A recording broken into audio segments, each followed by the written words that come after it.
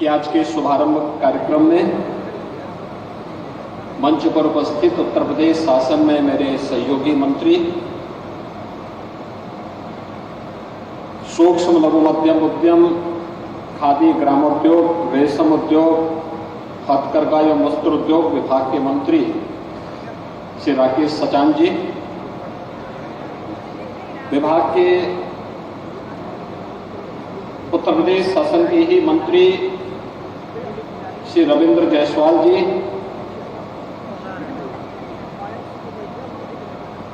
जनपद के प्रभारी मंत्री श्री दानिश आजाद अंसारी जी, माननीय सांसद श्री रमेश चंद्र बिंद जी,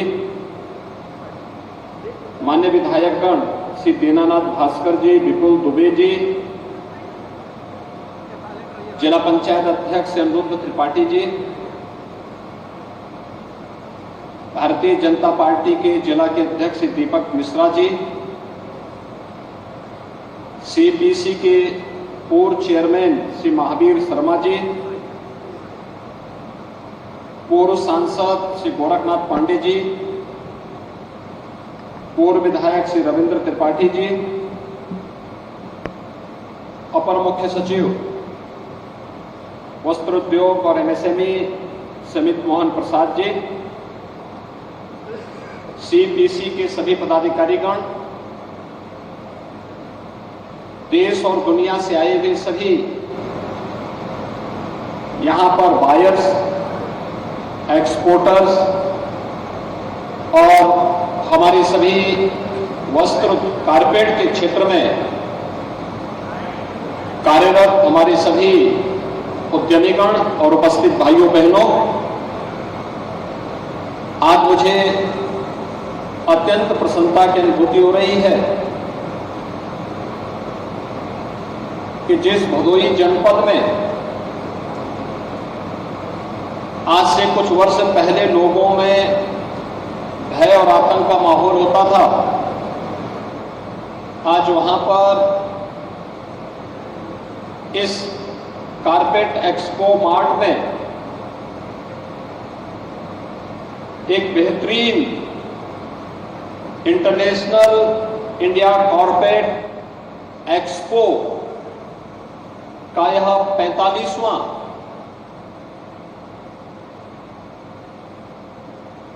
कार्यक्रम यहां पर आयोजित हो रहा है। मैं इस अवसर पर इस पूरे आयोजन के साथ जुड़े हुए जितने भी हमारे यहाँ के उद्यमी हैं, एक्सपोर्टर हैं, बायर्स हैं और उनमें भी बहुत बड़ी मात्रा में फॉरेन बायर्स आए हैं, इन सब का मैं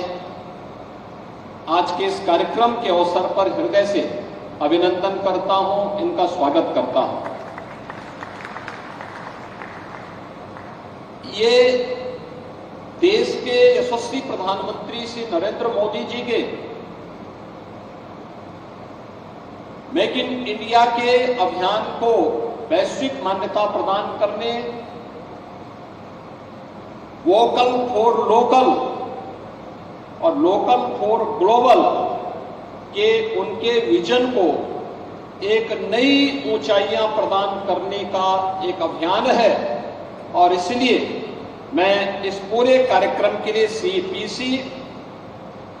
जिला प्रशासन, स्थानीय जनप्रतिनिधि और विभाग को भी हृदय से धन्यवाद देता हूं। भाइयों बहनों, आप सब जानते हैं कि उत्तर प्रदेश का भदोही, मिर्जापुर, वाराणसी जनपद ये पूरा एक हब है जो कारपेट के लिए और वस्त्र उद्योग के लिए जाना जाता है।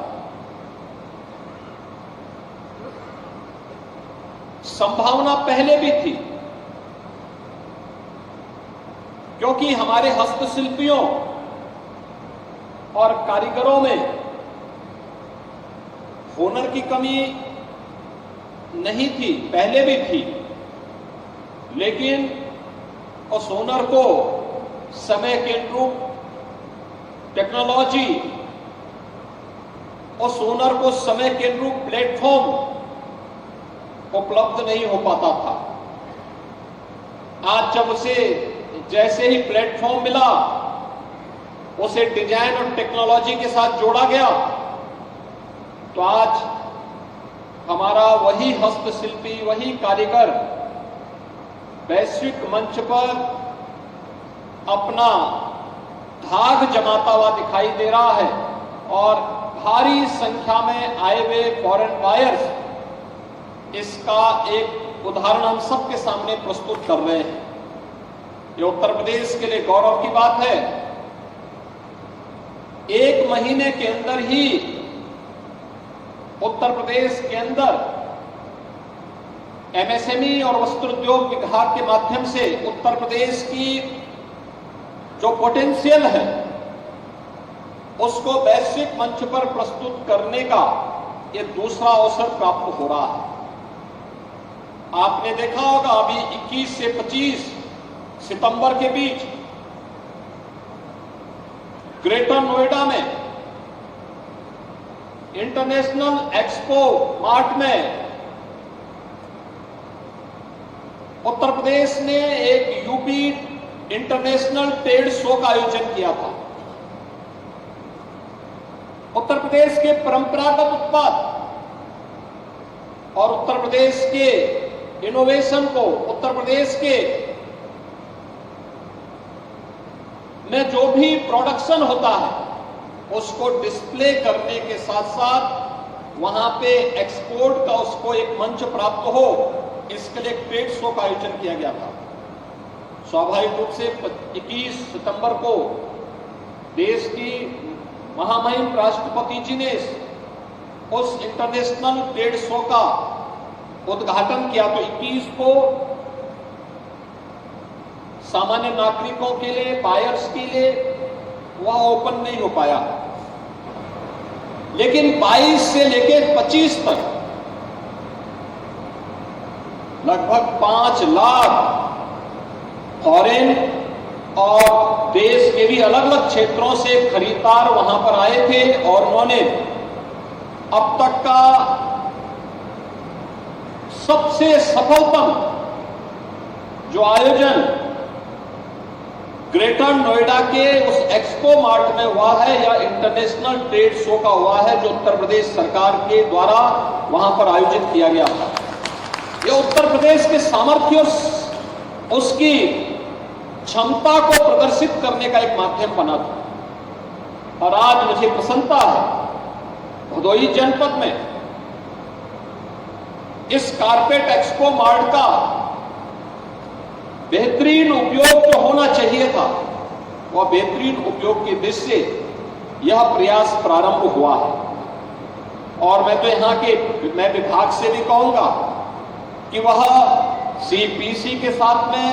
यहां के हमारे जो हस्तशिल्पी और कारीगर हैं, जो उद्यमी हैं, उनके साथ बैठ करके इस कारपेट एक्सपो मार्ट को जितनी जल्दी हो इसको फंक्शनल करते हुए इसमें और भी क्या सुविधाएं चाहिए, इसके प्रमोशन के लिए तत्काल निर्णय लेकर के इस कार्यक्रम को आगे बढ़ाने की आवश्यकता है। हमें अपने हस्तशिल्पी और कारीगरों को आगे बढ़ाना होगा, यह हमारी बहुत बड़ी ताकत है। उत्तर प्रदेश सरकार ने सन 2018 में अपने परंपरागत उत्पाद को प्रमोट करने के लिए 1 डिस्ट्रिक्ट 1 प्रोडक्ट की योजना चलाई थी। अपने परंपरागत हस्तशिल्पी और कारीगरों के लिए अच्छी ट्रेनिंग हो, उनको मान्यता मिले, उनको उन्नत किस्म के टूल्स प्राप्त हो, इसके लिए विश्वकर्मा श्रम सम्मान की योजना प्रारंभ की। और मुझे बताते हुए प्रसन्नता है, 1 डिस्ट्रिक्ट 1 प्रोडक्ट की योजना और विश्वकर्मा श्रम सम्मान की योजना ने उत्तर प्रदेश के एक्सपोर्ट को मात्र 4 वर्ष के अंदर ही,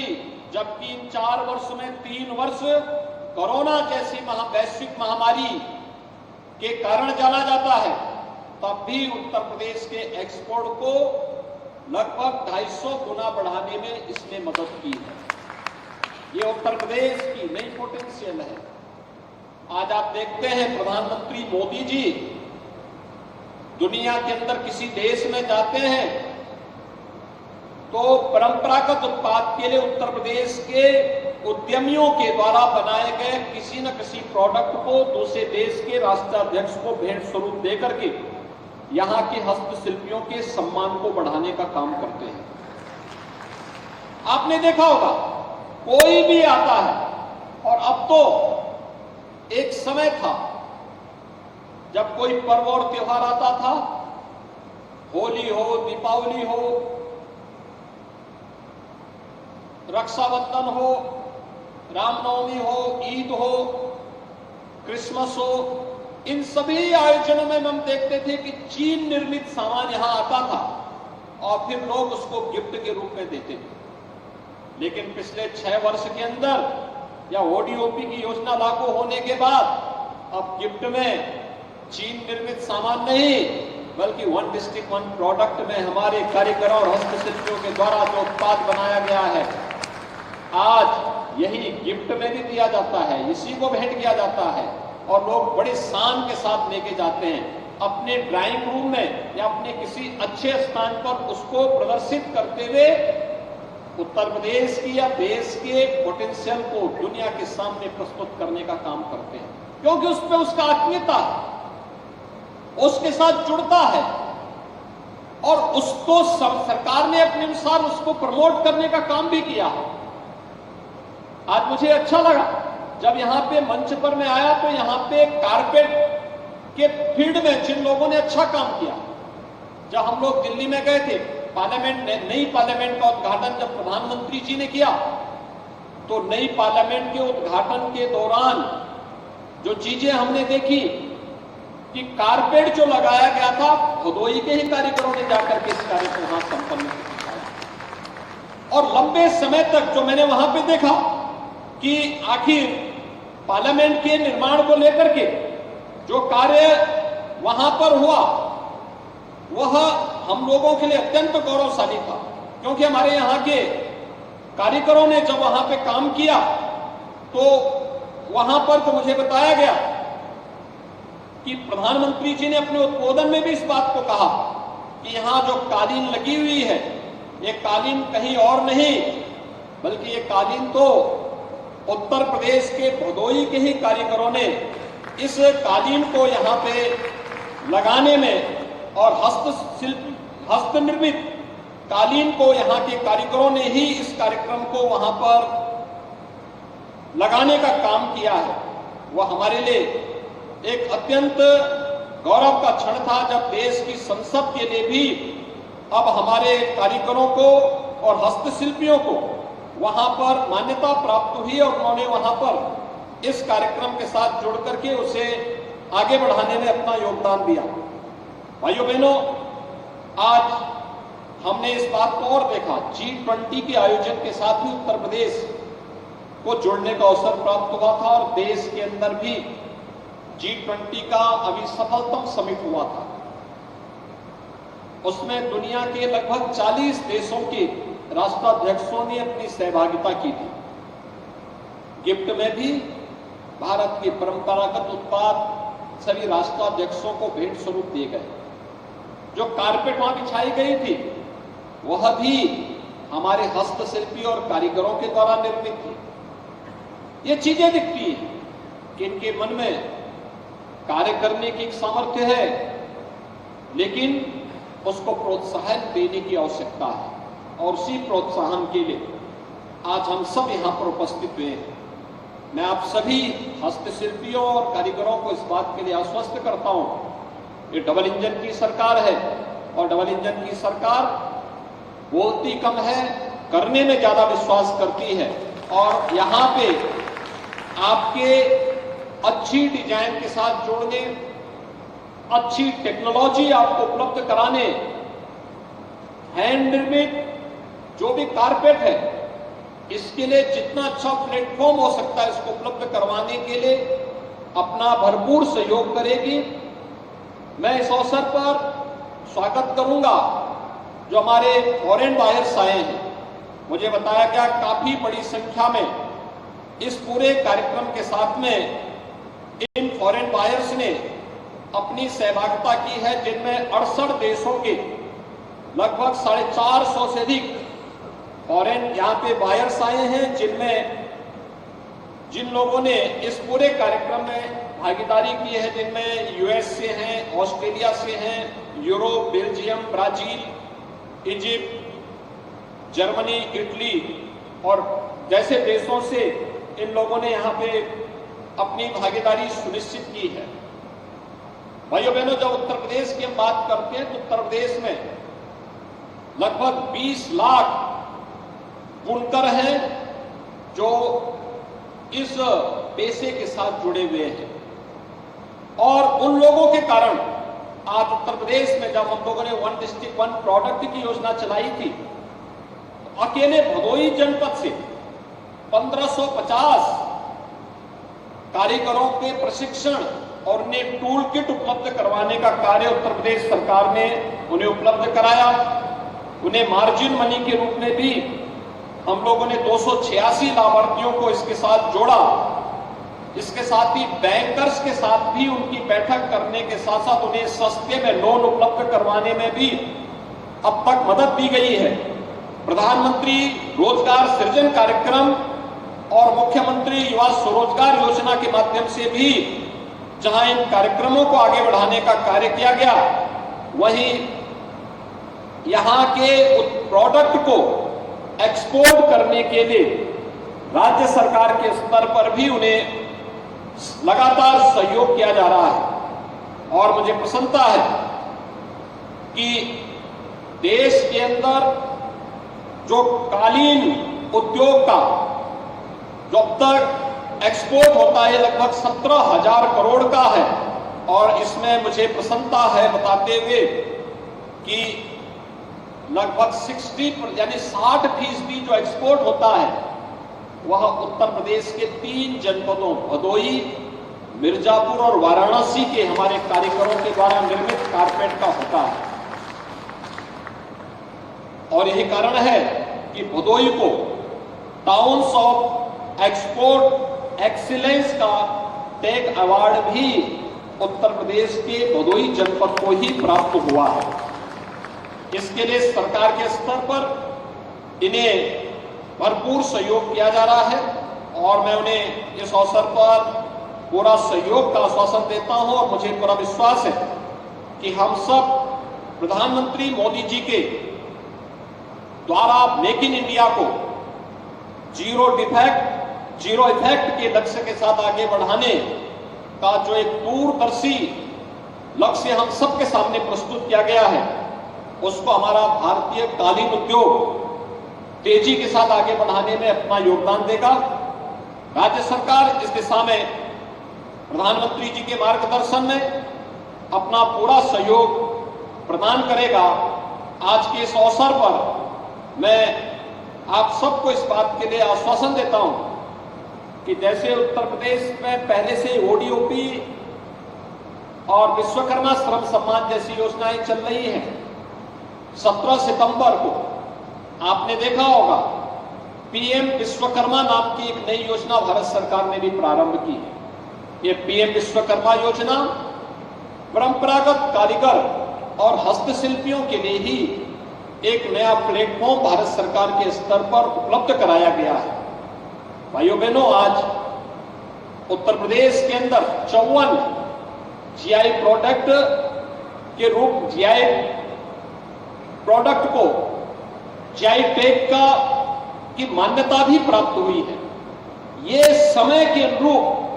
टेक्नोलॉजी को अपनाने और समय के अनुरूप कार्यक्रमों को आगे बढ़ाने का ही परिणाम है कि लगातार उत्तर प्रदेश के जो परंपरागत प्रोडक्ट थे उनको वैश्विक मान्यता प्राप्त हो रही है। मैं एक बार फिर से इस आयोजन के प्रति अपनी शुभकामनाएं देता हूं, और मुझे पूरा विश्वास है कि यह 11 अक्टूबर तक चलने वाला यह आयोजन अपने लक्ष्यों को प्राप्त करेगा और लगातार हर वर्ष इसमें इसमें हमारा प्रयास होना चाहिए अलग अलग समय में इस एक्सपो मार्ट का